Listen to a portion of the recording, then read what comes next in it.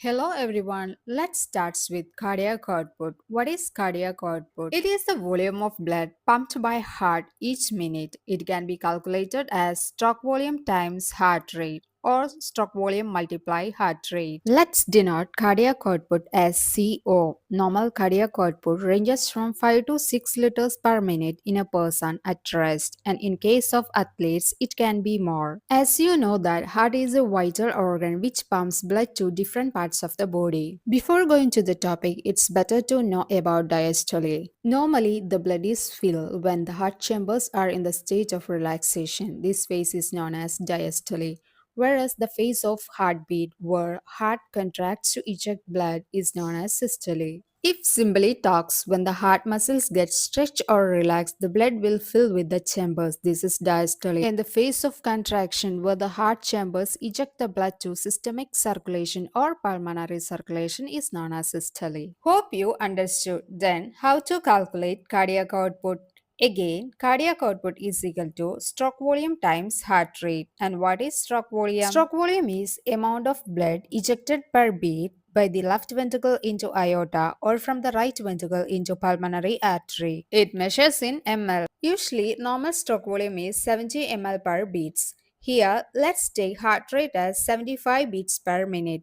Then cardiac output is equal to 70 multiplies 75, which means stroke volume times heart rate is equal to 5250 ml per minute. Then convert it into liters so that 5250 divided by 1000 is equal to 5.25 liter per minute. Next is four determinants of cardiac output. The first one is heart rate, then contractility, preload, and afterload. Heart rate. The faster heart beats, the more blood can be pumped over a particular period of time. Similarly, if the heart rate is too slow, like severe bradyarrhythmia, or if the heart rate is too fast, like supraventricular or ventricular tachycardia, can cause low cardiac output. One thing is clear, if the heart rate is high or fast, then cardiac output will be more. But remember, if the heart rate is too high or fast, then it will lead to low cardiac output. Next is contractility. How it's affect cardiac output and what is contractility?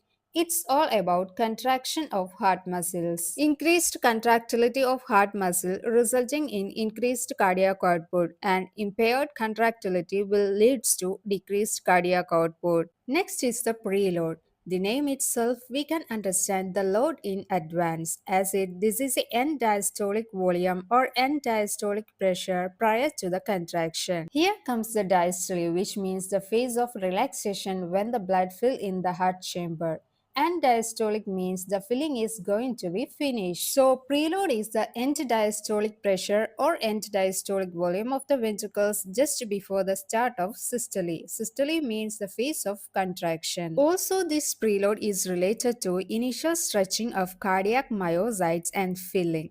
One more thing, preload always directly proportional to cardiac output, which means if preload increases, then cardiac output also will increases. Already said before, preload is related with stretching of cardiac muscles. If the stretching is more blood can fill in the ventricles, results in increased stroke volume and leads to increased cardiac output. Let's compare this with a balloon. If the balloon stretches more, then it can include more air or water. Likewise, if the heart stretches more, maximum amount of blood can fill in the heart chambers and results in increased cardiac output. The last one is afterload. This is the force or pressure against which the ventricle must act in order to eject blood.